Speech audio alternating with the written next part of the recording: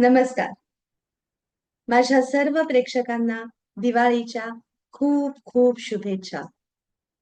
आज मी एक नवीन पॉडकास्ट घेऊन तुमच्या समोर आलेली आहे आणि आजचा जो विषय आहे त्याबद्दल आपल्याला खूप कुतूहल असतं.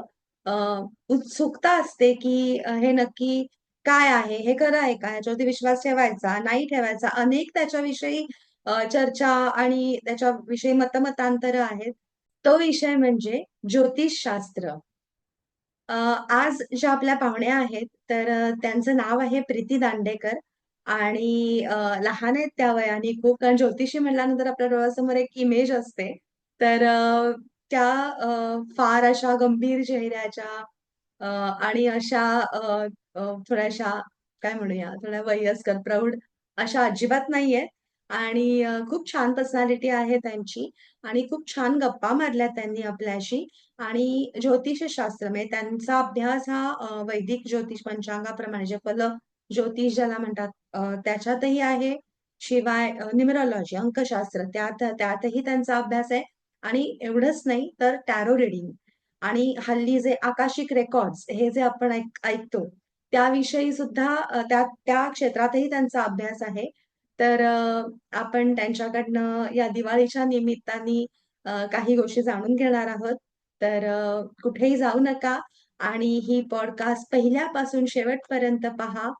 एक सुंदर पॉडकास्ट तुमची वाट बघत आहे. आपका मेरे YouTube चैनल पे बहुत बहुत स्वागत है।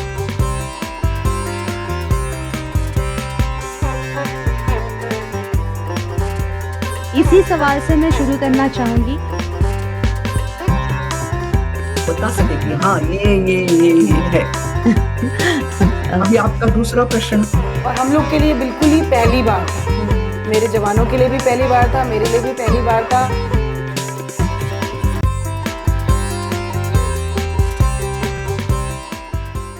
हाय प्रीती. हॅलो चारुता. पहिल्यांदा तर दिवाळीच्या तुझ्या संपूर्ण कुटुंबाला खूप खूप शुभेच्छा. Thank you so much. आणि माझ्याकडून पण तुला, तुझ्या कुटुंबाला, आपला पॉडकास्ट पाहणाऱ्या सर्व प्रेक्षकांना दीपावलीच्या खूप खूप शुभेच्छा. आणि थँक्यू की तू आलीस. आपली अगदी शॉर्ट नोटीस वरती आपलं ठरलं आणि तू मॅनेज केलंस. म्हणजे मला कल्पना आहे दिवाळीचे दिवस असल्यामुळे भरपूर काम असणार, पण तरी सुद्धा तू आलीस त्याबद्दल खूप खूप थँक्यू. येस, आणि खरं तर मी पण मलाही धन्यवाद सांगायला हवेत, कारण तू इतकं छान काम करतेस आणि तू मला ह्या पॉडकास्टसाठी आमंत्रित केलंस, मला बोलावलंस प्रेमाने. त्याबद्दल तुझेही खूप आभार. आणि मला आशा आहे हा पॉडकास्ट आपला खूप चांगला होईल. येस, नक्की. हा विषय पण तसाच आहे. अगदी इंटरेस्टिंग आहे आणि खूप कुतूहल आहे बेसिकली लोकांच्या मनामध्ये बऱ्याच गोष्टींबद्दल. त्याबद्दल बरेच समज आहेत, काही गैरसमज आहेत. तर आपण थोडासा प्रयत्न करूया की ह्याच्यातनं एक पॉझिटिव्ह काहीतरी त्याचा आउटपुट असेल असा आपण प्रयत्न करूया दिवाळीच्या निमित्ताने. जरूर हां. जरूर तर जरूर नक्कीच. मला एक तुला बघितल्यापासनं म्हणजे तू तुझे Instagramवरती रील्स आणि हे मला एक प्रश्न तुला विचारायचा आहे, की ज्योतिषी म्हटलं, की एक सहसा आपल्या डोळ्यासमोर एक थोडेसे वयस्कर, अ, थोडेसे गंभीर चेहऱ्याचे म्हणजे मी तरी आतापर्यंत अशाच ज्योतिषांना भेटलीये. तर असेच असतात. तर तू एवढी अशी यंग आणि एवढी छान अशी आहेस तर तू या क्षेत्राकडे कशी काय वळलीस म्हणजे? सर्वात आधी तुम्हाला एवढे छान सगळे कमेंट्स दिलेत त्याच्याबद्दल खूप खूप थँक्यू. आणि खरं तुझा हा प्रश्न जेव्हा मला आला ना, त्यावेळेस मी खूप हसले, कारण मी जेवढी यंग वाटते ना, म्हणजे जे जे तुला हे होतं की हां. एक 35ची हो, साधारण अशी कोणतरी अशी ऍक्च्युली. ज्योतिषी शिकलेली ज्योतिषी आहे करून. तर मी घरात देखील सांगितलं तर सर्वजण हसले. तशी पत्रिका काम करते. माझी वृषभ लग्न आहे आणि शुक्र खूप बलवान आहे पत्रिकेतला. त्यामुळे राहणीमान आणि दिसणं अच्छा. ह्याच्याकडे मी थोडं जास्त लक्ष देते. स्वतःच्या तब्येतीकडे जास्त लक्ष देते, कारण ते ओके. उपजत येतं पत्रिकेप्रमाणे. तुमचे ग्रहांप्रमाणे तुमचं पुढे व्यक्तिमत्व म्हणजे बदलत जातं, घडत जातं. अच्छा. त्याप्रमाणे ते म्हणजे झालेलं आहे. त्याच्यामुळे वयापेक्षा मी थोडी जास्त कमी दिसते. पण अच्छा. तुला वाटतं तेवढी अगदीच लहान नाहीये मी. पण तसं म्हटलंस तू, ज्योतिषी हल्ली म्हणजे असे थोडे वयस्कर, हो, चष्मी, हो, खूप हो. अभ्यासू आणि असे आपण पाहिल्यावरती वाटतात. पण खरं तर आता आपण पाहिलं तर बऱ्याच जणी ह्या क्षेत्रामध्ये आहेत आणि अगदी छान, हुशार, बुद्धिमान आणि चांगलं बोलणाऱ्या, चांगलं पत्रिका वाचणाऱ्या अशा स्त्रिया, महिला आपल्या ह्या या क्षेत्रामध्ये आता क्षेत्रात आलेल्या आहेत. आहेत. हो, आणि आपल्या रील्स मधून पण आपण सोशल मीडियावरती पण बऱ्याच जणी अशा पाहतो. आणि अगदी मला सांगायला अभिमान वाटतो की खूप हुशार आणि बुद्धिमान अशा स्त्रिया आपल्या ह्या क्षेत्रामध्ये आणि चांगलं चांगलं भविष्य वर्तन करतात आणि अच्छा. त्यांना ज्ञान खूप चांगलं आहे. ओके. तर मला आणि हे क्षेत्र म्हणजे थोडंसं माझ्यासाठी पण खूप अचानक घडलेलं आहे. माझा खरं तर हा विषय नव्हता कधीच. आणि माझं खूप कार्यक्षेत्र खूप वेगळं आहे. मी बऱ्याच वर्षांपासून टुरिझम ह्या इंडस्ट्रीत काम करते ओके. आणि राजकारणात पण मी सक्रिय होते फार. जसं प्रत्येकाला आपापला गुरु असतो आणि तसेच माझे गुरु देखील होते. आता ते हयात नाहीये, दिवंगत आहेत. तर माझे गुरुजींनी जेव्हा माझी पत्रिका, म्हणजे आमचे ते कौटुंबिकच गुरुजी होते, आणि त्यांनी जेव्हा माझी पत्रिका पाहिली, म्हणजे लहानपणापासूनच माझी पत्रिका त्यांच्याजवळ होतीच म्हणजे, बरोबर. तर त्यांनी माझं भविष्य वर्तन केलेलं, भविष्य सांगितलेलं आधीच, की प्रीती तू हे जे सर्व क्षेत्र जे आहे तू आता काम करतेस, तर मी तुला असं म्हणेन की ज्या जागी मी बसलेलो आहे त्या जागी तू काही वर्षानंतर बसणार आहेस. तर त्यावेळेला मला ते काय म्हणाले हे समजलं नव्हतं, पण मला अशी गंमत वाटलेली. आणि गुरुजी आमचे खूप म्हणजे असे खूप ज्ञानी आणि असे खूप बुद्धिमान होते, त्यामुळे त्यांच्या बोलण्यावरती संशय घेण्याचा कधीच प्रश्नच आला नाही. तर त्यांचे किस्से मी पुढे सांगीनच, पण त्यांनी हे माझं भविष्य आधीच वर्तवून ठेवलेलं आणि बर. त्याप्रमाणे ते आपोआप घडत गेलं. अच्छा, म्हणजे म्हणजे मी तू त्या. स्वतःहून मुद्दामून अशी काही या क्षेत्रात आलेले नाहीये. अच्छा. ओके. अच्छा. आणि हे जे सगळे रील्स जे मी बघितले तर त्यामध्ये एक पत्रिका म्हणजे जे हिंदू पद्धत म्हणू शकतो आपण, सनातन, ही जी वैदिक आहे ना, हो, म्हणजे वेदातूनच ती हो, पुढे हो. आलेली आहे. आपण पंचांग पाहून, गणित हा, मांडून बरोबर. पत्रिका जी पाहतो ती. हम्म. तर ती एक पद्धत आहे. आणि हल्ली बऱ्याच ठिकाणी अंकशास्त्र म्हणजे न्यूमरोलॉजी, तर त्याबद्दलही बरोबर. भरपूर चर्चा आहे. आणि हो, हो. अजून काय बरं, टॅरो टॅरो पण, टॅरो कार्ड रिडिंग हो, सुद्धा हो, करतेस. हो. आणि तर मग मला हे विचारायचंय की तुझा इतक्या वर्षाचा जो अनुभव आहे त्यामध्ये या तिन्ही पैकी त्यातल्या त्यात ऍक्युरेट असं कुठलं, अचूक म्हणू शकतो असं कुठलं आहे असं तुला वाटतं, म्हणजे तुझ्या दृष्टिकोनातून? खरं तर आपल्या वैदिक पंचांग म्हणजे त्याच्याप्रमाणे आपण पारंपरिक जी पत्रिका हा. मांडतो, हम्म. त्याला हजारो वर्षांचा इतिहास आहे आपल्याला हम्म. आणि अनुभव आहे. त्याच्यामुळे त्याच्यावरती संशय घेणं किंवा निदान एक ज्योतिषी म्हणून तरी, किंवा ते शिकते हे म्हणून तरी मला योग्य नाही वाटत. म्हणजे माझ्या जागी जरी कोणी असेल तरी हेच उत्तर देईल की पारंपरिक आपलं जे ज्योतिष वर्तन आहे, जे आपण बोलतो, हम्म. हम्म. तेच अॅक्युरेट असतं. आपण जास्त मानावं. अच्छा. बाकीच्या न्यूमरोलॉजी आणि टॅरो कार्ड म्हणजे त्यांचे स्वतःचे विशेष असे गोष्टी आहेतच. हम्म. आणि टॅरो कार्डचं कसं आहे ना, की ज्यांना पटकन उत्तर हवं असतं, म्हणजे खूप लेंदी नको असतं, की बाबा मला आता काही प्रश्न आहेत त्याची उत्तरं मला पटकन हवी आहेत. समजा एखाद्याला नोकरी लागायची असेल तर मी ही नोकरी घेऊ का, माझं त्याचे अच्छा. प्रोग्रेस होईल का, हम्म. असं. किंवा मग एखाद्या मुलीचं प्रेम असेल तर ती प्रश्न विचारायला येते की मी सक्सेसफुल होईन का, किंवा लग्नाला 2 मुलगे आलेले आहेत तर मी कुठला निवडू. तर हा. ह्याच्यामध्ये इथपर्यंतचे प्रश्न जे असतात, ज्याची उत्तर पटकन हवी असतात, हा. म्हणजे खूप पुढे एकदम भविष्याचं असं त्यांना म्हणजे प्रिडिक्शन नको असतं, तर त्यावेळेस अच्छा. आपण टॅरो कार्ड वापरू शकतो. पण अच्छा. त्याच्यामध्ये टॅरोमध्ये पण असं आहे ना, की आपल्याला एक बैठक लागते. आपण पटकन असं उघडलं आणि काहीतरी असे कार्ड्स काढले. बऱ्याच जणांना असं वाटतं की त्यात काय आहे, ते काही कार्ड्स असे पसरवले आणि 2-4 कार्ड्स काढले की आपल्याला उत्तरं मिळतात. तसं नसतं ते. तसं. त्याला एक आध्यात्मिक बैठक असते, अच्छा. प्रार्थना असते आणि त्यानंतरच, कारण ते कार्ड चार्ज करावे लागतात. बर. असेच ते काही पत्त्यांसारखे कार्ड नसतात. त्या कार्डमधून तुमचं भविष्य निघत असतं. हो, बरोबर. त्याच्यामुळे त्या कार्डमधून निगेटिव्हिटी म्हणजे न जावी, किंवा काही निगेटिव्ह आन्सर्स शक्यतो न यावे म्हणून पण त्याला प्रार्थना करावी लागते. कारण समोरचा व्यक्ती आपल्याकडे एक अपेक्षा घेऊन आलेला असतो की, आणि जगामध्ये प्रत्येकाला आपलं भविष्य हे नेहमी चांगलंच पॉझिटिव्हच सांगावं असावं. हो. किंवा चांगलंच ऐकायला मिळेल अशा अपेक्षेने तो आलेला असतो. त्यामुळे आपली तेवढी जबाबदारी असते की हो. आपल्याकडून ती चांगली गोष्ट घडावी. म्हणून असं कुणी उठसूट टॅरो कार्ड रीडर असं नाही होऊ शकत. त्यासाठी एक अभ्यास असतो, तो करावा लागतो. आणि तू अच्छा. न्यूमरोलॉजी बद्दल पण मला हो. विचारलेलंस. ते कुठलं न्यूमरोलॉजीचं आहे कसं म्हणजे? माहितीये, ते खरं आपलं तर म्हणजे टॅरो इतकं म्हणजे प्राचीन आहे ना, की त्याचा उगम नक्की कुठून झाला असं सांगता येणार नाही आपल्याला. बरीच बर जण म्हणतात की ती इजिप्शियन कला आहे. बरीच जण बर म्हणतात की ती इटलीमधून बाहेर आलेली आहे आणि 15व्या शतकामध्ये त्याचा शोध लागला. जे जिप्सी लोक असतात बघ, त्या जिप्सी लोकांनी ह्याचा शोध लावला आहे आणि पूर्वी टॅरो कार्ड हे हाताने रंगवून मग त्याचं म्हणजे भविष्य आपल्याला सांगता येत होतं. तर असे बरेच प्रकार होते त्याच्यामध्ये. तर आपल्याला असं, कारण हे इतकं जुनं आहे ना, की आपण नेमकं ते कोणी त्याचा शोध लावला हे सांगू शकत नाही. म्हणजे अच्छा आपल्याला जी गुगल्सवरती बरीच आन्सर्स मिळतात. गुगल्स आपण, कारण हल्ली काय झालंय, कशाचंही उत्तर पाहिजे तर आपण गुगल काढतो. पण मग त्याच्यामध्ये पण बरेच वाद आहेत की हा यांनी केलं यांनी ऍक्च्युली काढलंय. त्यामुळे बरोबर आपल्याला त्याच्यातून नक्की फळ काय मिळतंय ना, आपण ते पाहावं. अच्छा हो बरोबर आहे न्यूमरोलॉजीचं पण न्यूमरोलॉजीचं पण तसंच आहे. म्हणजे खरं तर बघ, न्यूमरोलॉजीवरती खूप जण ना आक्षेप घेतात की काय नंबर्स म्हणजे खरंच काम करतात का, किंवा खरंच आहे का. तर मग मी असं म्हणेन की आपण जन्मापासून ते आपल्या मृत्यूपर्यंत आपण नंबर्स मध्ये खेळत असतो. म्हणजे हम्म. आता हे नंबर्स म्हणा तर इंग्लिश कॅलेंडर मधून आलेले आहेत, पण आपण हो पूर्वी तिथी हो बघायचो, हो हो आपण वेळ बघायचो, आपण घटिका मोजायचो. हो जिथे मोजणं आलं तिथे नंबर्स आले, आकडे आले.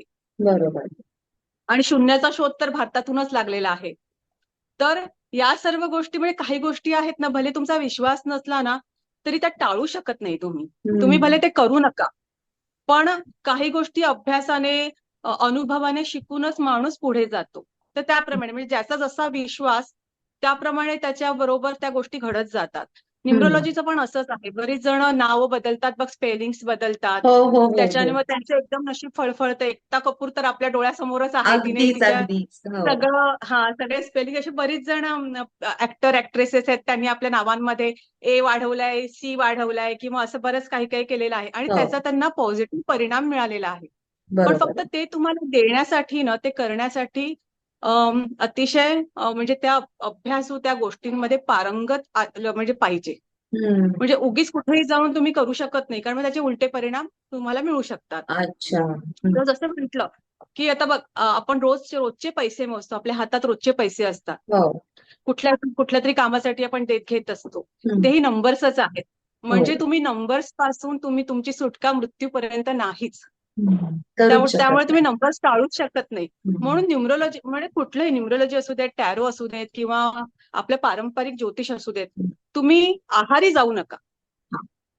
मी असं सांगेन, हा कुणी आहारी जाऊ नये. एक मार्गदर्शन, हा एक गाईड गाईडलाईन हा हा गाईडलाईन गाईडलाईन म्हणून तुम्ही विचारू शकता. कारण बऱ्याच वेळा काय काय होतं माहितीये, योग्य वेळेला योग्य सल्ला जर मिळाला ना तर लोक खूप पुढे जातात. म्हणजे अगदी लहान बरोबर वयामध्ये, थोडंसं टीनेजर मध्ये जर आपल्याला लवकर कळलं ना की मुलाला काय करिअर करायचंय, पत्रिका काय सांगते, पत्रिका काय भविष्य सांगते त्याचं, तर त्याप्रमाणे आपण निर्णय घेऊ शकतो. बाकी जर एखाद्याला पत्रिका डॉक्टरची असेल आणि तो झाला इंजिनियर, तर त्याला आपण काही करू शकत नाही. पण डॉक्टर तू उत्तम होशील हे मात्र आपण सांगू शकतो. नक्की पुढे हा ती गोष्ट करायची की नाही ती पूर्ण त्याच्यावरतीच अवलंबून असते. म्हणजे अशा बरोबर बऱ्याच गोष्टी ह्या क्षेत्रामध्ये आहेत. शेवटी हा तुमचा विश्वास काम करतो, श्रद्धा काम करते, मी असं म्हणेन. बरोबर आणि हल्ली ह्याच्यावरती पण खूप आहे मॅनिफेस्टेशन आणि हो, असं पण त्याच्यात हा म्हणजे तुम्ही जसा विचार करता तसं वामनराव घडत पैंचं जात. पण वाक्य आहे, विचार हो, बदला हो, नशीब बदलेल. तर हो, हो, ते हो. हा पण मग पत्रिकेमध्ये समज म्हणजे एक उदाहरण की समज एखाद्या व्यक्तीला सांगितलं की बाबा तू डॉक्टर होणार आहेस, होशील तर चांगलं करशील, पण त्या मुलाला त्याच्यात नाहीये रस आता तरी बरोबर, म्हणजे असं आणि बरोबर. त्यांनी जर ठरवलंय की नाही मला काय फिल्म डिरेक्टरच व्हायचंय, तर मग तो म्हणजे तो जो फर्म त्यांनी जो डिसिजन घेतलाय तर त्याचा पण त्याच्या ह्याच्यावर परिणाम होऊ शकतो ना, म्हणजे त्याच्या भविष्यावरती. म्हणजे पत्रिका जर तुझी पूर्णपणे डॉक्टरची असेल, तर तुझा मंगळ खूप स्ट्रॉंग आहे पत्रिकेमध्ये आणि तुझं करिअर, तुझे ग्रह चांगले आहेत आणि तू उत्तम यशस्वी डॉक्टर होऊ शकतो. चांगलं समाजात पण तू चांगलं काम करू शकतो आणि त्याचबरोबर पैसाही कमवू शकतो, जर असं एखाद्या ज्योतिषीने सांगितलेलं आहे. आणि त्या हम्म. मुलाला ते नाही करायचंय, मुलाला इंजिनियरच व्हायचं, असं बऱ्याच वेळा होतं. हो आणि मुलं होतात देखील इंजिनियर, पण जर त्याची पत्रिका पैशांची असेल किंवा उत्तम समाजकार्याची असेल ना, तर तो इंजिनिअरिंग मध्ये पण समाजकार्य तो करणारच आणि तो पैसाही कमवणार. अच्छा म्हणजे पत्रिका कुठल्या ना कुठल्या तरी स्वरूपात काम नक्की करते. कधी कधी अच्छा कधी काय होतं माहितीये, बरीच मुलं ना मग पुढे म्हणजे एखादं उदाहरण घेऊ आपण, इंजिनिअरिंगला गेलाय आणि मग त्याच्या लक्षात आलं की नाही मला हे नाही आवडत आहे, 2 वर्षांनी इंजिनिअरिंग सोडलेली आणि डॉक्टर व्हायला गेलेली, एमबीबीएस व्हायला गेलेली ही मुलं खूप आहेत. पण शेवटी तुमची पत्रिका कुठल्या ना कुठल्या तरी स्वरूपात काम करतेच. हम्म, हम्म, हम्म. त्याच्यासाठी पत्रिका काढण्यासाठी तुम्हाला योग्य जन्म वेळ आणि तुमची तारीख मात्र योग्य द्यावी ती लागते, बरोबर त्याप्रमाणे असायला पाहिजे. हो. हा. अच्छा. आणि हा. आकाशिक रेकॉर्ड्स ते पण सध्या खूप सगळीकडे ऐकायला येते आणि हो तुझ्याही हो. याच्यामध्ये ते आपण काय आहे? आपण मॅनिफेस्ट बद्दल पण बोलत होतो, मॅनिफेस्टेशन हो. कसं ते ते ते ते काम आपण एक करतं. हो. पहिला बोलूया. बघ, चालेल चालेल. आपल्या मराठी घरांमध्ये, हिंदू घरांमध्ये पूर्वी मला हिंदू काय सगळ्यांकडे सगळ्याच धर्मांमध्ये असणार की तुम्ही तोंडातून चांगले शब्द काढा. आपल्याला नेहमी आई वडील शिकवायचे, आपली नेहमी मागची पिढी आपल्याला हो. शिकवायची की बाबा चांगलं बोल, आपल्या जिभेवर सरस्वती बसलेली असते, वास्तू ती तथास्तू म्हणते असं. वास्तू तथास्तू म्हणत असते, सरस्वती दिवसातून एकदा तथास्तू म्हणत असते. हम्म, हे आपल्याला अगदी लहानपणापासून सांगितलं जातं. हम्म. पण आपल्याला कसं आहे माहितीये, जेव्हा ते इंग्रजीतून सांगितलं जातं ना आणि खूप ग्लॅमरस पद्धतीने सांगितलं जातं, तेव्हा ते आपल्याला बरोबर आपल्या डोक्यात शिरतं. परंतु बरोबर. अगदी आजीने आणि बरोबर. आईने सांगितलेलं आपल्या डोक्यात शिरत नाही. ह्या गोष्टी अशा आहेत त्या हम्म, मॅनिफेस्टेशनच्या. हम्म, पण जेव्हा तुम्ही सकाळी आपल्या सर्वच प्रेक्षकांसाठी आणि मी सांगते, जेव्हा आपण सकाळी नेहमी उठतो ना, बरीच जण करत देखील असतील, हम्म. आपण सर्वात पहिला आधी आई वडिलांना नमस्कार, भले तुम्ही पाया नका पडू, पण मनातल्या हम्म. मनात रोज सकाळी आभार माना, देवाकडे जा, नमस्कार करा, आभार माना की माझा आजचा दिवस, माझा कालचा दिवस छान गेला, आजचा दिवसही माझा खूप छान जाणार आहे आणि माझी सर्व कामं होणार आहेत. बस एवढं एकच वाक्य तुम्ही म्हणा, पूर्ण दिवसाची एनर्जी तुमच्यामध्ये येते. आणि जेव्हा घराच्या बाहेर पाय ठेवताना त्यावेळेस आपल्याला एक पॉझिटिव्ह एनर्जी घेऊन आपण घरातून बाहेर पडतो. हम्म. किंवा रोजचं एवढंच करायचंय, बाकी बाकी काही नाही केलं तरी चालणार आहे. ते म्हणजे ग्लासात पाणी ओतायचं, मग बोलायचं, मग ते प्यायचं, हे एवढे सोपास्कार नाही केले तरी चालणार आहे. फक्त घराचे वास्तूचे आभार माना, घराच्या बाहेर पाय ठेवा, देवाचे आभार माना जर देवाला मानत असाल तर, हम्म. नाहीतर नेचरचे आभार माना. हम्म. हम्म. निसर्गही तेवढाच आपल्याला देवत्व महत्वाचं. निसर्गामध्ये आहे. नुसतं निसर्ग ज्या पृथ्वीवर आहात, ज्या मातीत तुम्ही चालता, जे आकाश पाहता, हम्म. डोळे शाबूत आहेत, तुमची स्किन चांगली आहे, तुम्ही बोलता, ऐकता, किती चमत्कारिक हो. गोष्टी आहेत. खरंय. त्यामुळे फक्त नेचरचे जरी आभार मानलेत ना तरी खूप झाले. नाही देवाला मानत तरी चालेल, नेचरचे आभार माना. म्हणजे जे नास्तिक आहेत त्यांच्यासाठी मी सांगते. बरोबर बरोबर. आणि आता हे असं जे म्हणालीस ना तू की आणि आपण आकाशिक रेकॉर्ड बद्दल पण बोलत होतो. एक मिनिट, 10 मिनिटांनी मीटिंग बंद होईल, मग मी तुला दुसरी लिंक पाठवेन. हा, ओके. 10 मिनिटांनी. मग मी तुला एक 5 मिनिटांनी परत सांगते की आपण हो थांबूया आता, चालेल. म्हणजे ते ना ऍब्रप्टली बंद होणार नाही. हो हो चालेल. ओके. आता बोलायचंय की थांबायचंय? बोलायचंय बोलायचंय ओके. बोलायचंय. आता हा आकाशिक रेकॉर्ड बद्दल बोलू. हो. हा, आणि जे मगाशी मी म्हणाले आकाशिक रेकॉर्ड्सचं, तर काय आहे आकाशिक रेकॉर्ड्स म्हणजे काय? आकाशिक रेकॉर्ड्स बघ, आपल्याकडे खरं तर भारतीयांमध्ये म्हणजे आपल्या धर्मामध्ये, आपल्या सर्व वेदांमध्ये पण आधीच सांगितलेलं आहे की तुमची कर्म, साक्षात श्रीकृष्ण म्हणतात की तुम्ही काया सोडता, तुम्ही शरीर सोडता, परंतु तुमचा आत्मा कर्मानुसार जन्म घेत राहतो.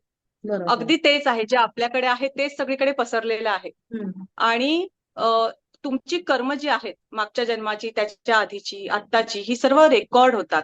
म्हणजे त्या आकाशिक रेकॉर्ड ह्या नावामध्येच खरं तर आपल्याला संपूर्ण एक्सप्लेनेशन मिळतं त्याचं, की ही कर्म तुमची रेकॉर्ड झालेली असतात. आणि ज्यावेळेला आपण आकाशिक रेकॉर्डमध्ये पण 2 पद्धती आहेत.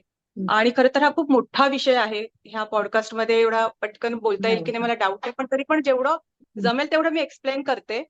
आणि हे सुद्धा ना खूप प्राचीनच आहे. म्हणजे आकाश हे तर खरं आपला शब्द आहे, जो नंतर वर्ल्ड वाईड तो फेमस झाला.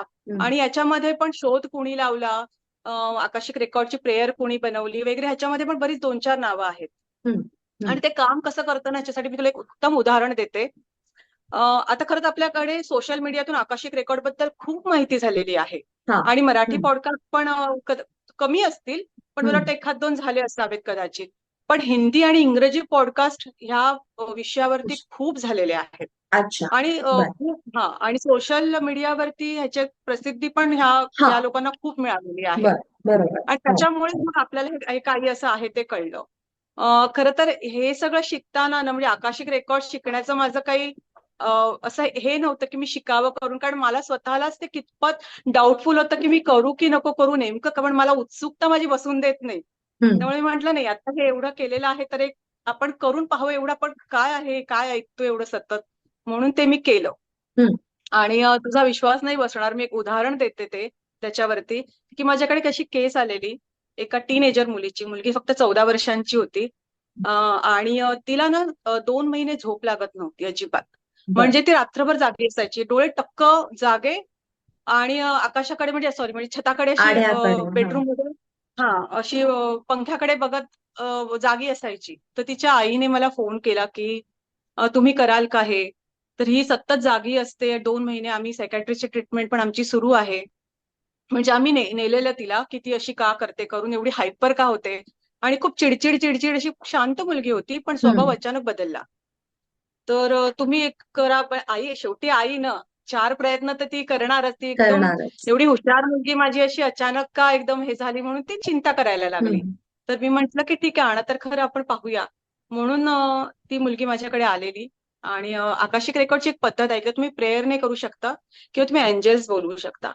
तर मी प्रेयर्सने म्हणते, म्हणजे त्या ते मला बरं पडतं ते तुमचं त्याप्रमाणे मी शिकले. सॅटिस्फॅक्शन. हा. हा. तर ती मुलीला मी समोर असं बसवलेलं आणि तिचे हात हातात घेतला आणि माझी प्रोसिजर मी पूर्ण केली. आणि मला जे समोर दिसलं, म्हणजे प्रत्येकाला दिसतंच असंही नाही. म्हणजे काही जणांना दिसतं, काही जणांना फक्त ऐकू येतं, काही जणांना स्वप्नात काही गोष्टी कळतात. असे बरेच वेगवेगळे ज्याच्या त्याच्या पर्सनॅलिटी आणि अभ्यासानुसार एनर्जी पण खूप काम करते. एनर्जीनुसार त्यांना ते कळतं. मला दृश्य दिसलं समोर की ही मुलगी कुठेतरी म्हणजे चर्च असं दिसलं, आणि ही मुलगी त्या चर्चच्या आजूबाजूला कुठेतरी फिरते. तर आणि पुन्हा पुन्हा तेच तेच दिसायला लागलं, आणि एकदम स्पष्टपणे जसं आपण पिक्चर कसं पाहतो तसं ते दिसायला लागलं. तर मी मुलीला विचारलं, बाळा तू कुठल्या चर्चमध्ये गेलेलीस का, किंवा आजूबाजूच्या असं काहीतरी परिसरात तू फिरत होतीस का. तर ती मुलगी बोलायलाच तयार नाही अजिबात. नाही नाही नाही, मी अशी कुठेच गेले नव्हते, मी अशी कुठेच गेले नव्हते. म्हटलं मग मला असं का दिसतं. मग मी शेवटी बाजूला गेले आणि तिच्या आईला फोन केला की मला असं असं दिसलं, आणि मुलगी काय तुमची कबूल होत नाहीये की मी चर्चमध्ये गेलेले किंवा असं कुठे काही गेलेले.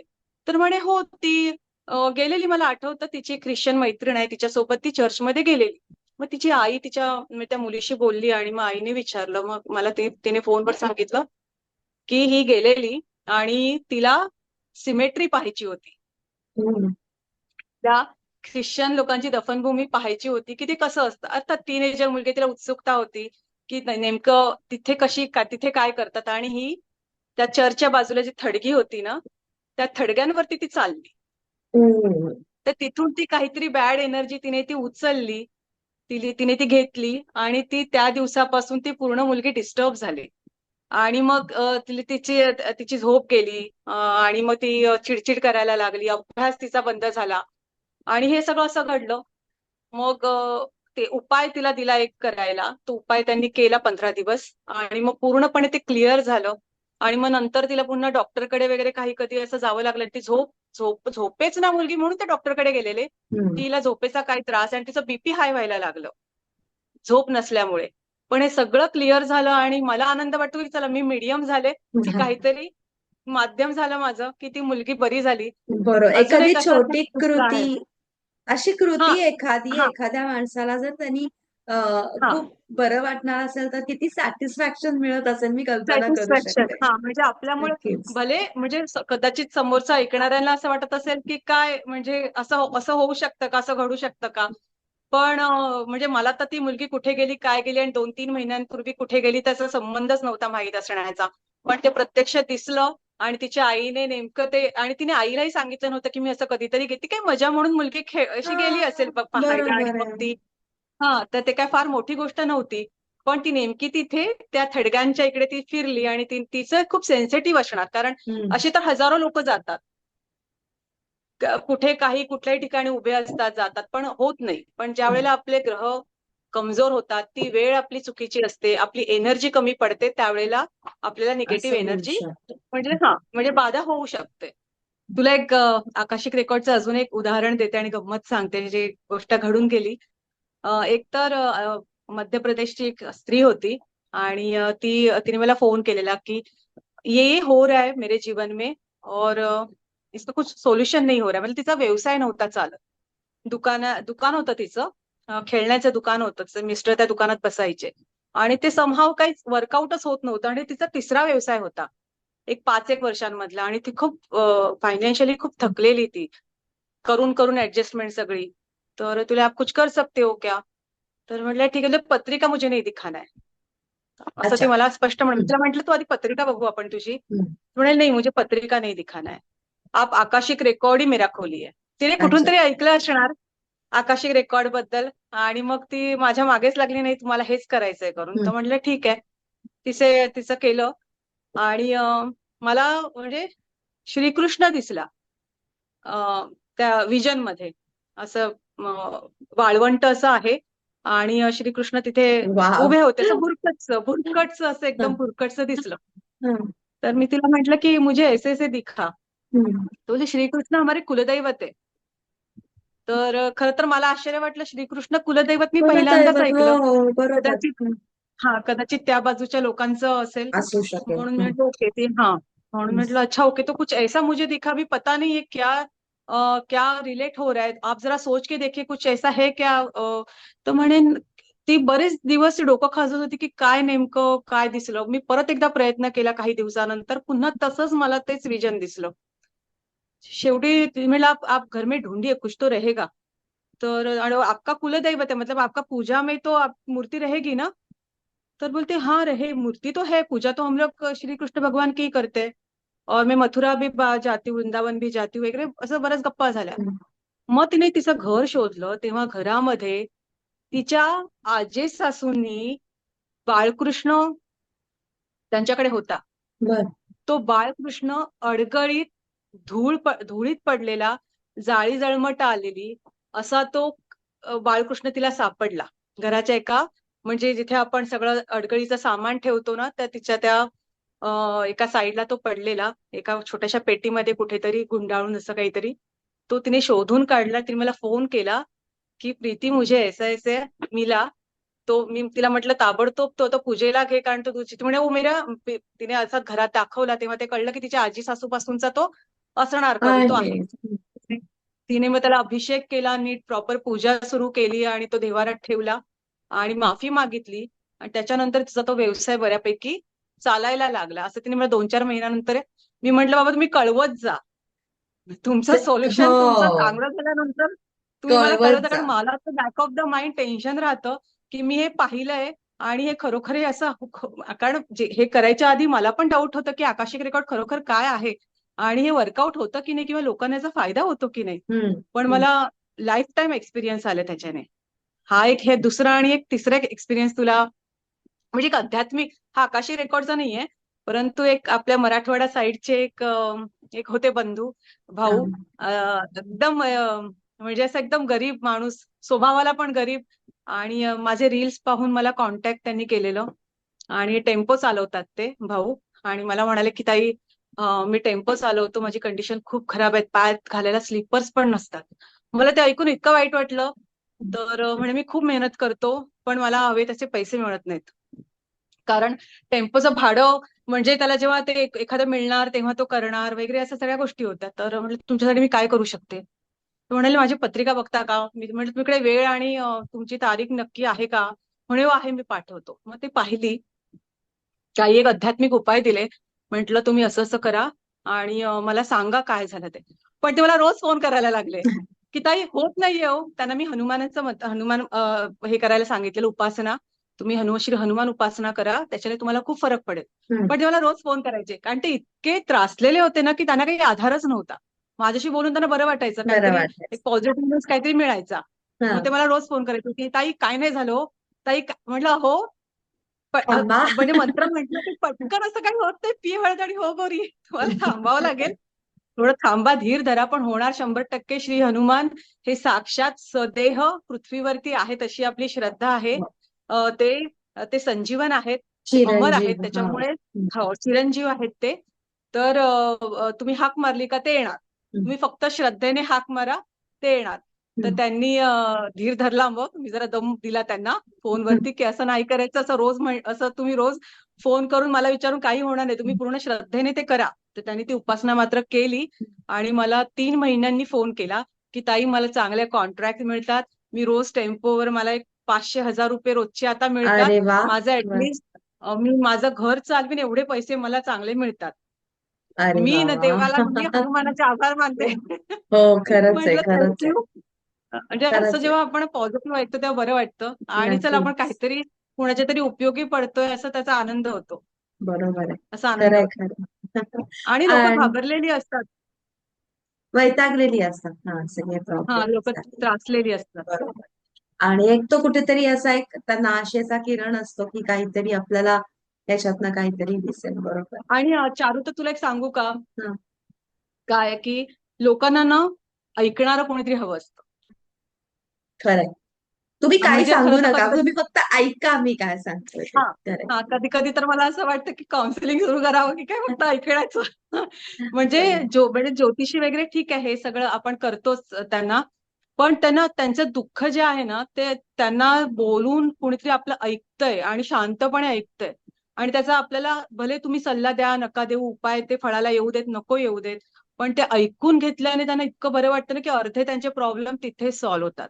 बरोबर. हम्म. आणि काही खरंय, जण खरंय. खरोखर म्हणजे जेन्युइन असतात, त्रासलेली असतात.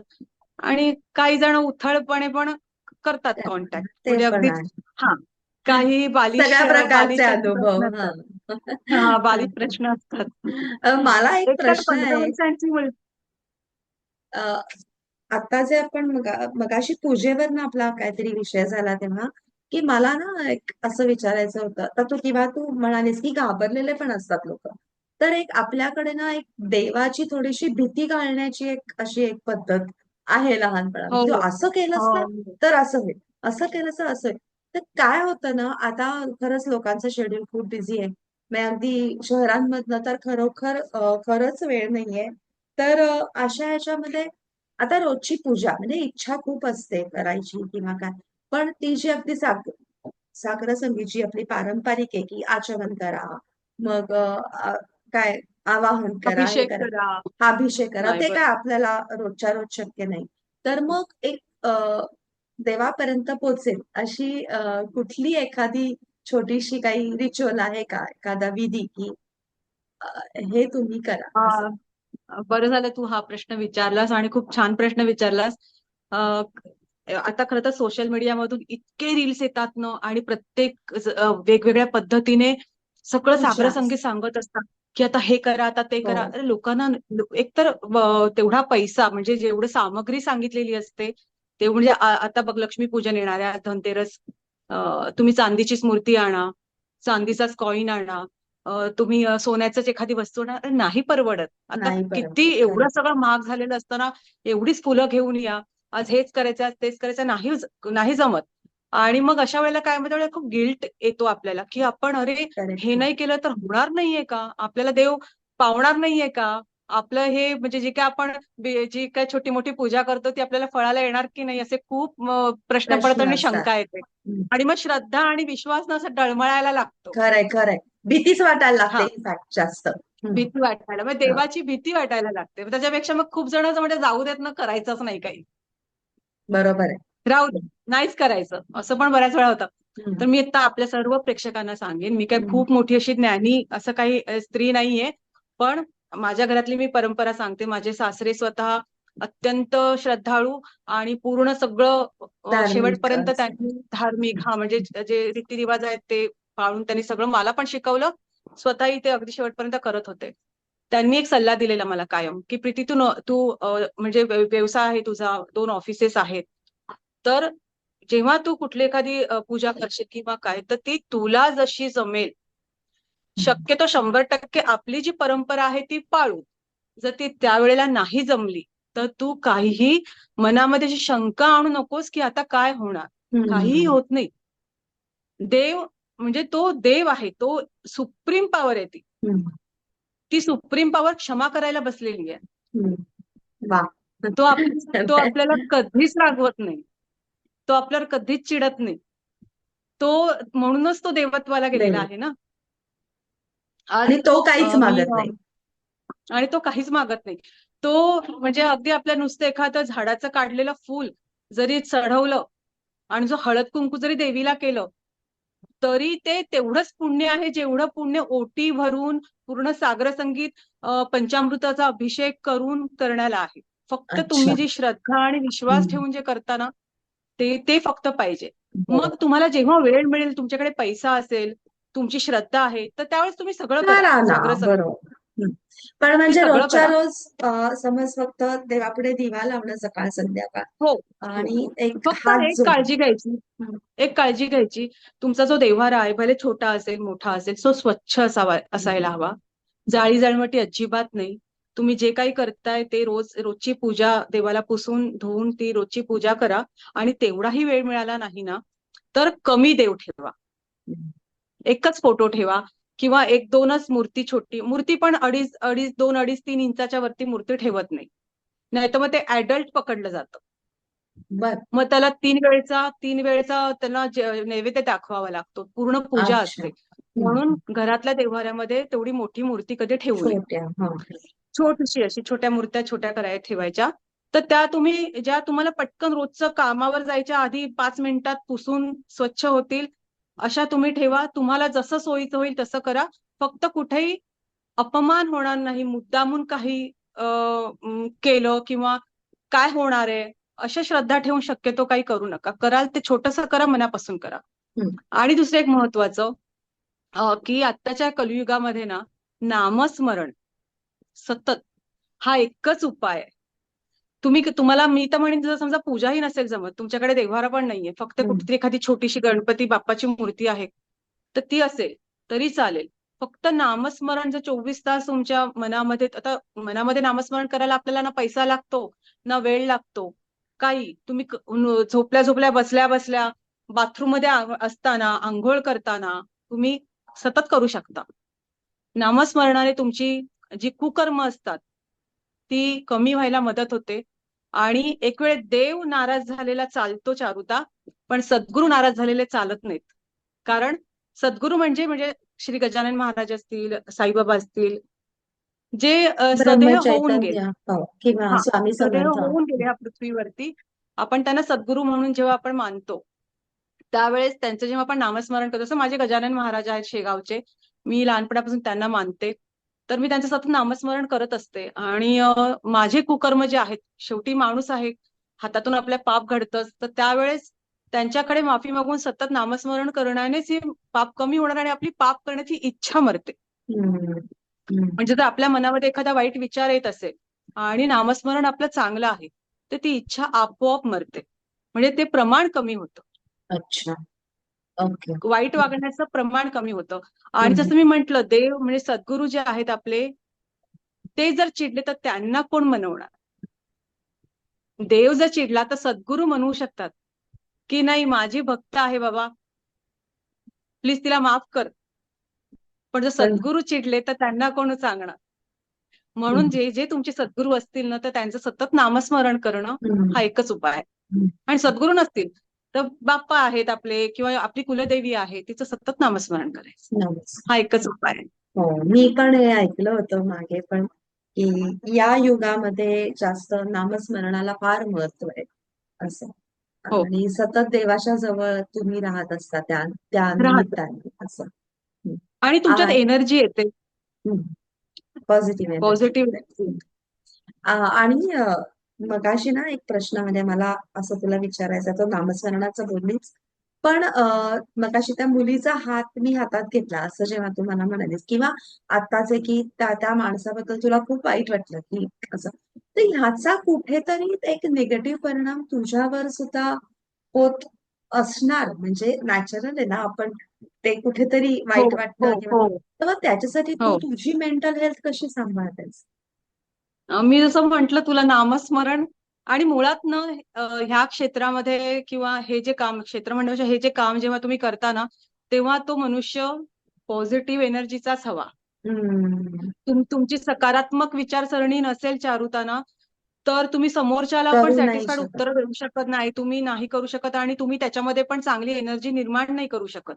तुमच्यामधली एनर्जी आणि तुमचा ऑरा हा पॉझिटिव्हच पाहिजे, असायला पाहिजे. नाहीतर शक्यच नाही. आणि जगात आता इतकं दुःख आहे ना, सतत काही ना काही तुमच्यावरती मारा होत असतो आणि जेव्हा तुम्ही येणाऱ्या लोकांचं देखील स्वतःहून ऐकता, म्हणजे हा मला तू दुःख ते सांगायला झालं की आपल्याला प्रश्न विचारायला चालत, तर त्यावेळेस मग असं मला पण डाऊन वाटतं. मी पण खूप डाऊन होतं आणि मग मला पण खूप असं back of the mind tension राहतं. घरचे पण विचारतात, का आता कुणाचं टेन्शन घेऊन बसली तर तुला काय विचार करते?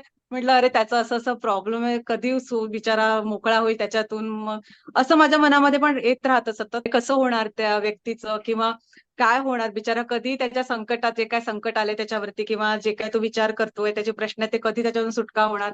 मलाही असं वाटत राहतं. मग घरचे पण मला ओरडतात, अरे माझं पण बॅक ऑफ द माइंड मग सुरू असतं ना, मग माझं पण लक्ष नाही लागत. मग ते पण ओरडतात, अरे काय. मग पण ते आपोआप नॅचरल आहे. म्हणजे तुझ्याकडे जरी उद्या असं कोणी प्रॉब्लेम अगदी घेऊन अगदी आलं तर अगदी तरी तुला ते नक्कीच. राहणारच तुला. पण त्याचं एकच, मग मी हा एकच उपाय करते की नामस्मरण अच्छा. सतत. आणि पॉझिटिव्ह एनर्जी असलेलाच मनुष्य हे काम करू शकतो.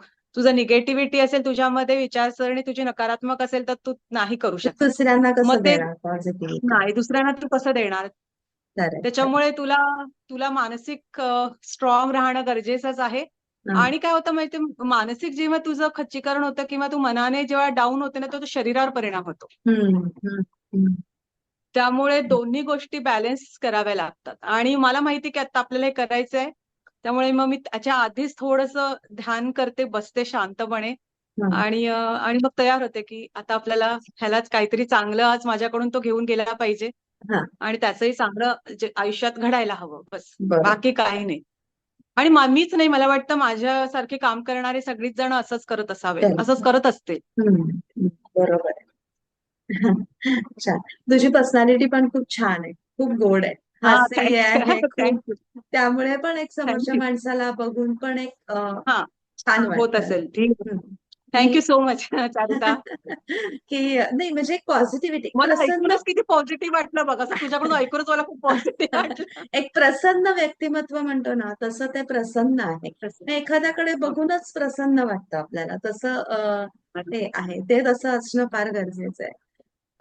छान थँक्यू मस्त. Charuta, thank you so much. छान मस्त गप्पा झाल्या. आणि बर, तू अगदी सुरुवातीलाच म्हणाले आता याच विषयावर की थांब. तू मगाशी ती पहिल्यांदा म्हणालीस की तुझं वृषभ रास आणि वृषभ लग्न आहे म्हणून. तर मला असं कोणीतरी सांगितलेलं, म्हणजे तू सांगे खरं आहे का, की श्रीकृष्ण जे आहेत ना भगवंत, तर त्यांचं म्हणे वृषभ रास आणि वृषभ लग्न होतं. नाही, मी खरं सांगू तर मला याची कल्पना नव्हती. तू आता बोललीस म्हणून मला हो. कळलं, अगदी प्रामाणिकपणे सांगायचं. हा. आणि जर असं असेल तर मी किती नशीबवान आहे, किंवा कशा माझ्यासारखे ज्यांचे वृषभ रास वृषभ लग्न असणारे कितीतरी लोक असतील, ते असेल सगळे नशीबवान. असं मी श्रीकृष्णाची कृपा ऐकलेलं. सदैव हो नक्कीच. सदैव असणार त्याच्यावर. त्यामुळे म्हणे असे डोळे, जे श्रीकृष्णाचं जे वर्णन आहे हा हा की हा हा. तर ते सगळं जे त्याचं रूप आणि ते जे आहे ते त्याचं वृषभ रास आणि वृषभ लग्न असल्यामुळे होतं हा असं. म्हणजे हा जो योग आहे ना, तो योग तुम्हाला चांगला देतो. म्हणजे हम्म. बाकीचे ग्रह देखील म्हणजे बघावे लागतात पत्रिकेचे. एकूण नुसतंच वृषभ रास वृषभ लग्न असेल तर काय सगळंच छान आहे अशातला भाग नाही. पण शक्यतो ह्यांचं प्रेडिक्शन चांगलं असतं आणि दिसायला बऱ्यापैकी असतात. आणि बोलणं चांगलं असतं, बोलके व्यक्ती असतात. हुशार, म्हणजे आता मला तू म्हणशील स्वतःलाच एवढं सगळं म्हणून घेतेस कर. नाही. नाही, पण एकंदरीत हे व्यक्तिमत्व बऱ्यापैकी बरं म्हणू शकतो आपण थोडक्यात. म्हणजे असे बरीच जण असतील तर हे त्यांना पण ऐकून जरा बरं वाटेल. बरोबर बरोबर. येस. छान मस्त. बऱ्याचशा प्रश्नांची उत्तरं मिळाली मला सुद्धा आज. आणि पण तरी सुद्धा तुझं त्यातल्या त्यात म्हणणं आहे की जी पारंपरिक पद्धत आहे ती जास्त ऑथेंटिक आहे असं तुला हा हा, वाटतं. ऑथेंटिक आहे आणि जास्त उत्तरं देणारी आहे. जास्त डिटेल जे आपल्याला हवं असतं ना, ते डिटेल देणारी आपलीच पद्धत जास्त आहे, चांगली आहे. आता छान झाल्यात गप्पा, पण म्हणजे मी नेहमीच असं करते की माझ्या पॉडकास्टच्या शेवटी मी एक छान काहीतरी संदेश तुम्ही माझ्या प्रेक्षकांना द्या, असं मी नेहमी सांगते. तर तू काय सांगशील? दिवाळी पण आहे, तर मी त्यानिमित्त. सर्वात आधी आपण दिवाळीच्या शुभेच्छा देऊया सर्वांना. ही दीपावली तुम्हाला तुमच्या सर्व इच्छा पूर्ण करणारी जावो. वर्ष येणारं तुमचं खूप चांगलं जावो सर्वांचं. आणि चारुता, तुझे पॉडकास्ट असेच खूप छान तू करावेत अशी मी आज सदिच्छा देते तुला. तू थँक असे यू छान सो छान मच. विषयांवरती गेस्ट म्हणजे बोलण्यासाठी. आणि तुझे पण खूप पॉडकास्ट चांगले अगदी छान जाऊ देत. Thank you. खूप प्रसिद्धी मिळू देत तुला देखील. कारण तुझी पर्सनॅलिटी पण तेवढीच छान आहे आणि तेवढीच तू पण पॉझिटिव्ह आहेस. थँक कारण यू. बघ, आपली ओळख नसताना पटकन आपण कनेक्ट झालो. कनेक्ट झालो. हो, म्हणजे असे योग असतात की माणसं एकमेकांना जोडली जातात, बरोबर. अनोळखी माणसं देखील. अनोळखी माणसं. आणि संदेश असा मी देईन आपल्या सर्व प्रेक्षकांना, आनंदी राहा. सर्वात कठीण गोष्ट आहे आनंदी राहणं. आणि आपण स्वतः आनंदी असू ना, तर बाकीचे आपल्या बरोबरची सगळी लोक आनंदी राहायला लागतात. त्याच्यामुळे बरोबर. आनंदी राहा, मार्ग शोधा, हम्म, संकटातून मार्ग शोधा. हम्म, जे तुम्ही प्रयत्न कराल तर मार्ग सापडेल. हम्म, थकून बसाल तर लोकांना तेच हवं असतं हम्म. समोरच्याला, की जो तुम्हाला त्रास देतोय की हा थकला पाहिजे. थकू नका. थकलात तर बसून राहाल, काहीच होणार नाही. लढायला शिकलं पाहिजे. आणि मला वाटतंय लोक लढतात देखील. खूप लोक अशी आहेत ना की एवढे खूप प्रचंड संकटातून त्यांनी मार्ग काढून आज समाजात नाव केलेली अनेक हो, लोक आहेत. आहेत बस खरं. हो. म्हणून नेहमी पॉझिटिव्ह हम्म, उदाहरणं डोळ्यासमोर ठेवायची. हम्म, म्हणजे नर्वस होऊ नका.